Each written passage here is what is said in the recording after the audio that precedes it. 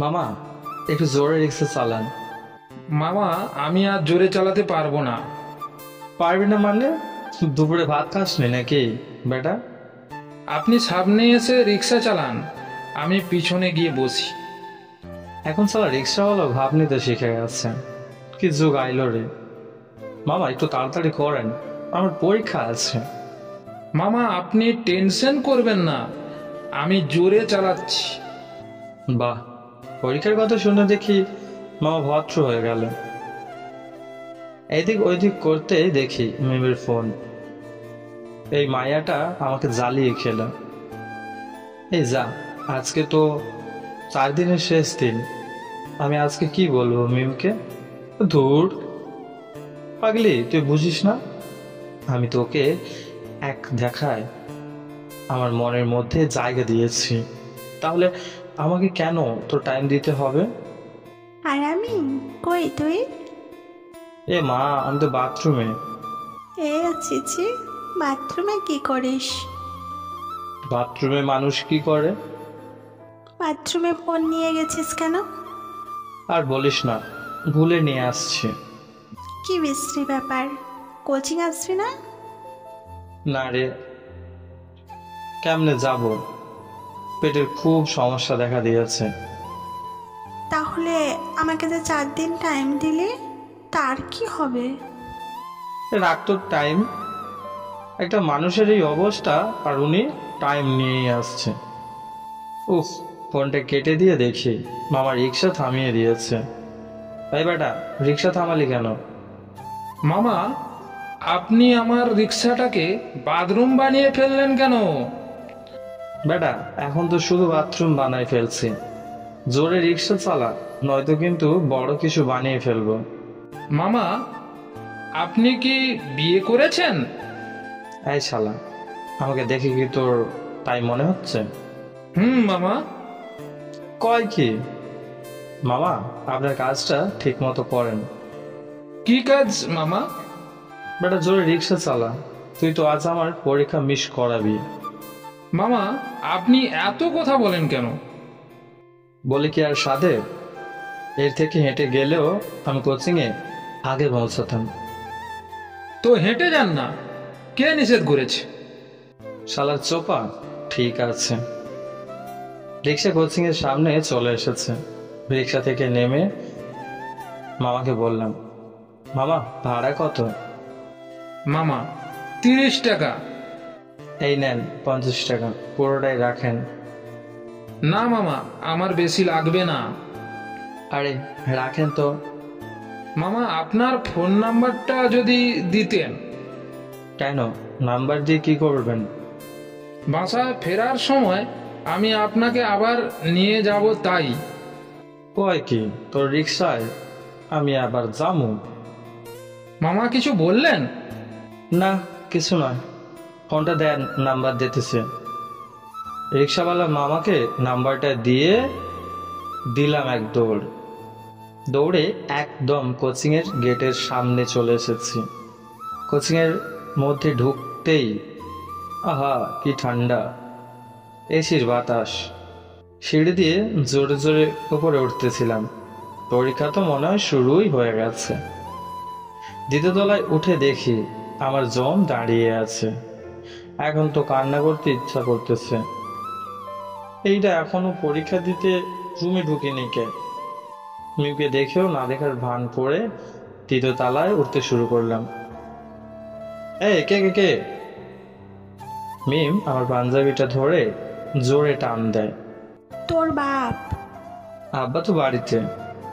কই নিয়ে যাস? আমাকে মিথ্যে বললি কেন হারামি? কবে মিথ্যা কথা কইছি তোকে? তুই নাকি বাথরুমে, তোর নাকি পেটের সমস্যা।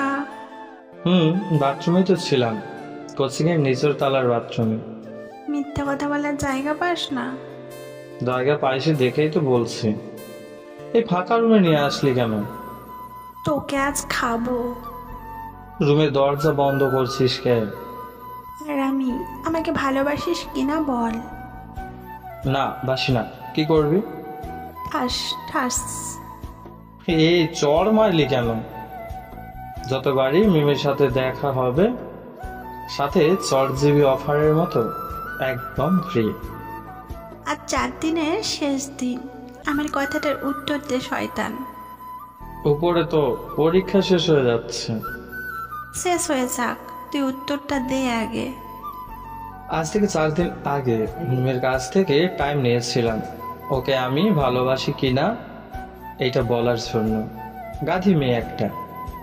আমি তো ভালোবাসি শুধু তোকেই। এইটা আবার মুখে বলতে হয় নাকি? মিমের কাছ থেকে মাঝে মধ্যেই এইরকম 4, 8, 10 দিন টাইম নেই, আর ওর সাথে ঝগড়া করি। খুনসুটির মাঝেও অবশ্য আলাদা একটা মজা পাই। চুপ করে আছিস কেন? না, ভাবতেছি কিভাবে এখান থেকে বের হয়ে যাব। কথাটা শুনে মিম দরজার কাছে গিয়ে দাঁড়ালো। তারপরেও আজ আমাকে বের হতে দেবে না। এ কি করছিস? কোলের উপর এসে বসলি কেন? ইসখা। কিস খা বলতে যতটুকু টাইম লাগলো কাজটা শুরু হতে, ঠিক অতটুকু টাইম লাগলো না। পাকা 1.5 মিনিট ধরে চলতেছে। বন্ধ করার কোনো নামগন্ধ নেই। ওই ছাড়, এইসব তো ভালোই পারিস। অভিজ্ঞতা আছে। অভিজ্ঞতা আছে মানে? আর বলিস না, এর আগেও 13-14টা মেয়ের ঠোঁটে ঠোঁট বসিয়েছি। কত মেয়ের মুখে কি গন্ধ! ওয়াক থু। তার মানে তুই এই টাইপের ছেলে? মিমের চোখের কোণায় জল জমে গিয়েছে। থাম থাম, তোর চোখের জল মাটিতে ফেলিস না। আমার চোখের জলের মূল্য কি আছে কারোর কাছে? আজ তো কার কাছে? তোর সামনে দাঁড়িয়ে থাকা পোলাটার কাছে। তাহলে মাঝে মাঝে আমাকে কষ্ট দিস কেন? আমাকে কখনো দেখেছিস কোনো মেয়ের দিকে তাকিয়ে থাকতে? না। তাহলে এইসব বলছিস কেন? তুই তো একটু আগেই বললি তোর 13-14 মেয়ের ঠোঁটে। ছি। পোলাটা একটু বেশি মজা করে সব সময়, এটা জানিস না গাধি? পোলাটার মজাগুলো যে আমাকে মাঝে মাঝে কাঁদায়, এইটা কিন্তু পোলাটা কখনোই খেয়াল করে না। পয়সা এখন থেকে খেয়াল করবে। ওপরে চল, পরীক্ষা দেব। পরীক্ষার তো 20 মিনিট শেষ, আর 40 মিনিট আছে। এখন গিয়ে কি পরীক্ষা দিব? আরে চল, 40 মিনিটেই পরীক্ষা দিব। আমি কিন্তু কিছু পড়ে আসিনি। আমি আছি কিসের জন্য? ভালো ছাত্র। দুজনেই পরীক্ষা শেষ করে দেখি সেই রিক্সাওয়ালা মামা ফোন দিয়েছে। কিরে, আজকাল রিক্সাওয়ালার কাছেও যে তোর নাম্বার থাকে? বেচারাটা নিজেই ইচ্ছায় আমার নাম্বারটা নিল।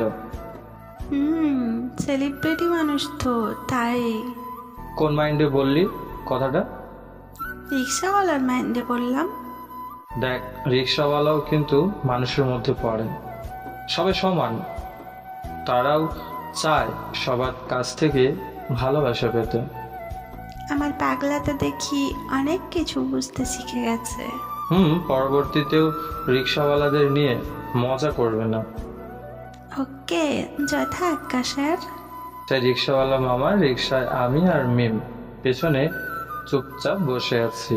হঠাৎ মামা বলে উঠল, মামা, আগেরবার মতো রিক্সাটাকে বাথরুম বানিয়ে ফেলেছিলেন, এইবার না হয় পার্ক বানিয়ে ফেলুন।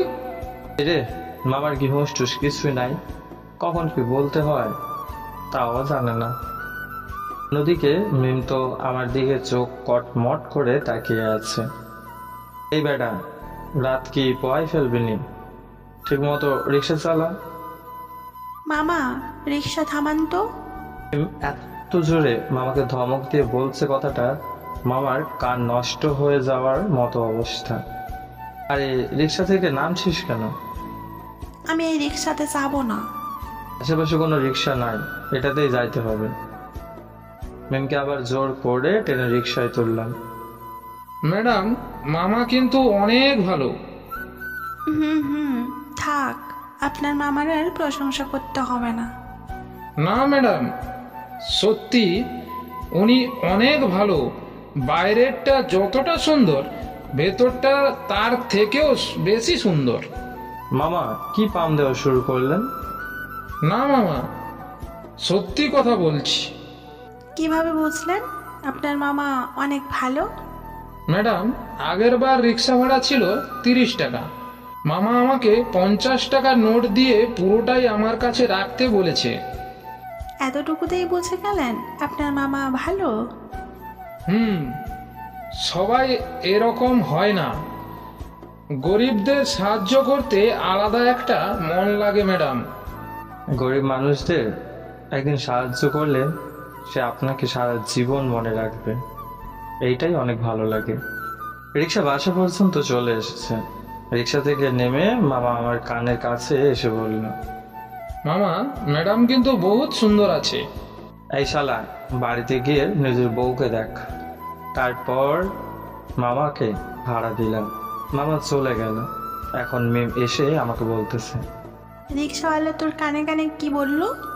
বলছে যে মেয়েটা দেখতে একদমই সুন্দর না, প্রথম শ্রেণীর বজ্জাত মেয়েটা। ভাবতেছি না জানি মিম কখন আমার উপর হামলা করে, কিন্তু না, এবার তার উল্টোটা হলো। এ কি, কাঁদছিস কেন? এমনি। টিস্যু নিবি? না। এই মেয়ে মানুষের এত চোখের জল কই থেকে আসে বলতো? জানি না। চোখের ভিতর কি নদ নদী আছে? না, সম্পূর্ণ একটা সাগর আছে। বাহ, ভালোই তো। সেই সাগরের পানিতে কয়জনকে গোসল করেছিস? একজনকেও না। করাবি না? করাবো। কয়জনকে?